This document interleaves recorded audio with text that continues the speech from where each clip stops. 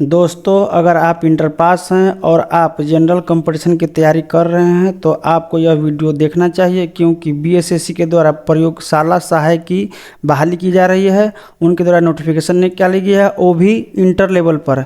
तो चलिए विशेष डिटेल्स और देखते हैं इसमें क्या क्या है और कब तक फॉर्म भराएगा। आप लोग को सब देखना चाहिए इसमें।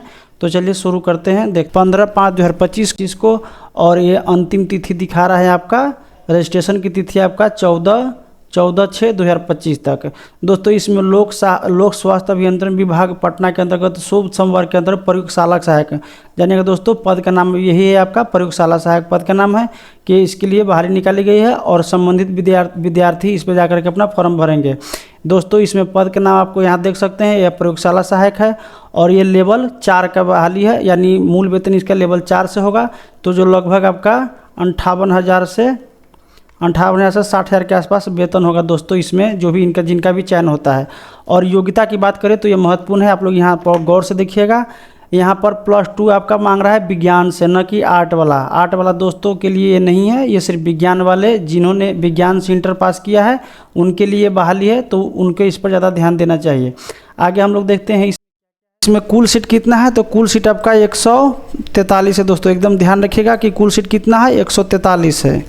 और देखें तो जनरल के 56 है, और वहीं आपको देखा जाए अनुसूचित जाति के लिए 22 है, अनुसूचित जनजाति के लिए 1 है, अत्यंत पिछड़ा वर्ग के लिए 27 है, पिछड़ा वर्ग के लिए 18 है, और महिलाओं के लिए यहाँ पर पिछड़ा वर्ग की महिला के लिए 5 है। आर्थिक रूप से यानी ईडब्ल्यूएस के लिए 14 बहाली कुल निकाली गई है, और कुल सीट आपका 143 है। और इसमें से महिलाओं को 35% 36 आरक्षण मिलता है, उनमें 48 चला जाता है। तो याद रखिएगा आप लोग। आगे हम लोग देखते हैं दोस्तों क्या जरूरी है।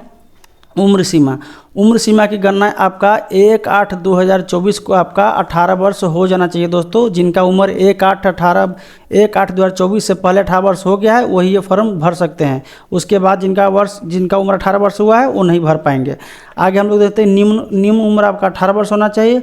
और अधिकतम उम्र देखते हैं आयोग ने क्या निर्धारित किया है। तो अधिकतम उम्र आपका 37 वर्ष आयोग ने निर्धारित किया है जनरल की। और उसमें जिनके पास आरक्षण है SC ST के लिए तो आपका 42 वर्ष है, और उसके बाद से पिछड़ा वर्ग के लिए 40 वर्ष, याद रखिएगा दोस्तों। आगे हम लोग देखते हैं क्या हमारे काम का है। तो बिहार सरकार के सरकारी सेवकों के लिए ये जानकारी बिहार सरकार में जो सरकारी सेवक है वो अगर फॉर्म भरते तो उनके लिए है। 5 अवसर का जो नियम लगा हुआ है वो इसमें है, यानी वे कर्मी जो बिहार सरकार के कर्मचारी हैं और इसमें फॉर्म भरना चाहते हैं तो उसका ये 5 का नियम पालन करना होगा, यानी 5 ही बार मिलेगा उनको फॉर्म भरने के लिए। आगे हम लोग देखते हैं तो दिव्यांगता के लिए जो दिव्यांग है उन्हें 10 वर्ष की छूट दी जाएगी, सर्टिफिकेट देते हैं। तो आगे हम लोग देखते हैं जो मेन टॉपिक है हमारा वही देखेंगे दोस्तों, ज़्यादा टाइम पास होने की कोई ज़रूरत नहीं है करने की।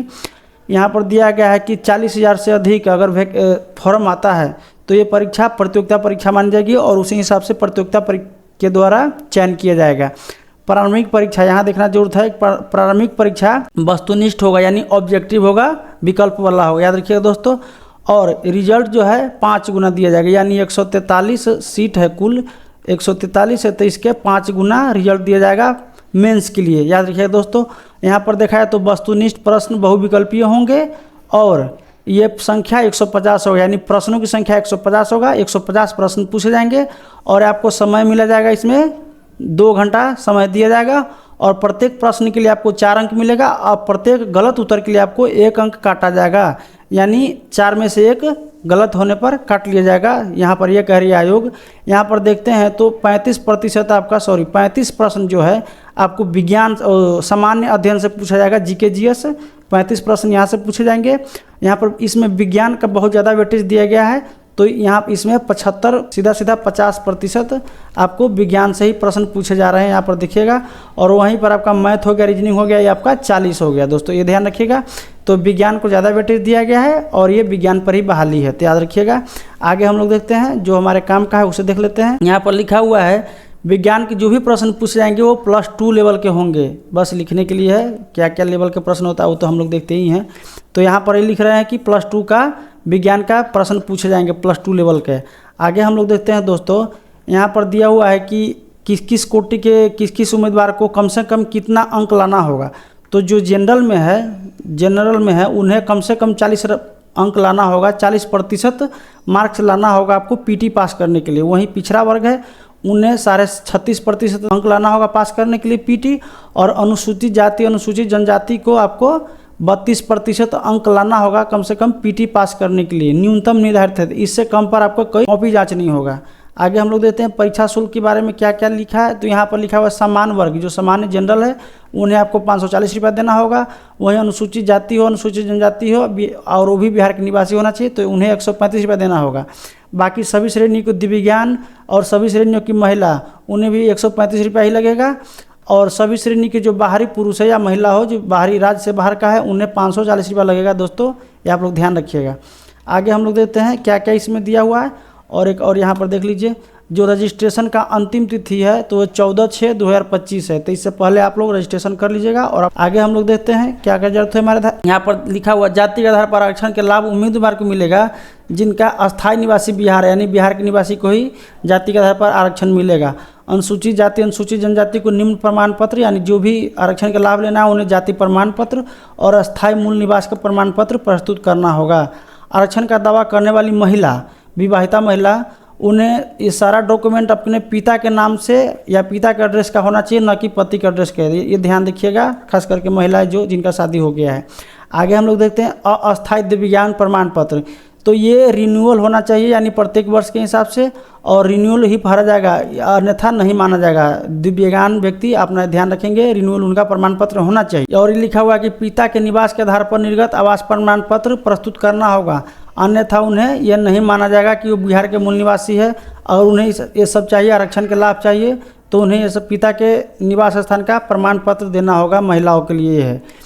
आगे हम लोग देते हैं आवेदन भरने की अंतिम तिथि के पश्चात निर्गत प्रमाण पत्र मान्य नहीं होगा, यानी उससे पहले का ही प्रमाण पत्र आपको प्रस्तुत करना चाहिए और करना भी होगा। आगे हम लोग देते हैं क्या काम के हमारे लिए है। तो यहाँ पर है सामान्य प्रशासन विभाग के, यहाँ पर जो ज्ञापांक है और डेट है क्या आलोक में, ये लिखित परीक्षा ऑनलाइन कंप्यूटर बेस्ड टेस्ट भी हो सकता है और ऐसे भी हो सकता है। तो मोटा मोटी ये मान के चलिए कि ये ऑनलाइन ही होने वाली है एग्ज़ाम। आगे हम लोग देखते हैं काम के क्या हमारे लिए है। तो यहाँ पर लिखा हुआ है अंतिम आवेदन फॉर्म भरने की क्या है, तो 16/6/2025, याद रखिएगा 16/6/2025। इससे पहले आप लोग फॉर्म भर लीजिए। फॉर्म आप लोग जितना हो सके जल्दी भरिए, क्योंकि अंत में आपका सर्वर फेल या कुछ और कई टेक्निकल इशू आते रहते हैं, तो उससे बचने के लिए आप लोग समय से फॉर्म भर दीजिए। क्या क्या कागजात इसमें मांगा जा रहा है, तो इसमें मैट्रिक के प्रमाण पत्र, मूल प्रमाण पत्र, इंटरमीडिएट +2 का प्रमाण पत्र, वो भी विज्ञान का, अस्थायी निवास का प्रमाण पत्र, जाति प्रमाण पत्र, स्वतंत्रता सेनानी का जो भी अपना प्रमाण पत्र वो देंगे, और दिव्यांगता प्रमाण पत्र जो दिव्यांग व्यक्ति है वो देंगे। दोस्तों जो भी आपका इसमें योग्य विद्यार्थी है, उम्मीदवार है, वो सब समय अपना फॉर्म भर दे, लास्ट डेट के चक्कर में ना पड़े, क्योंकि लास्ट में सर्वर या टेक्निकल इशू आ जाते हैं। तो उससे पहले अपना फॉर्म भर के निश्चिंत हो जाए और तैयारी कीजिए जम के, और एक सीट अपना सुनिश्चित कीजिए। शुभकामनाएं। जय हिंद, जय भारत।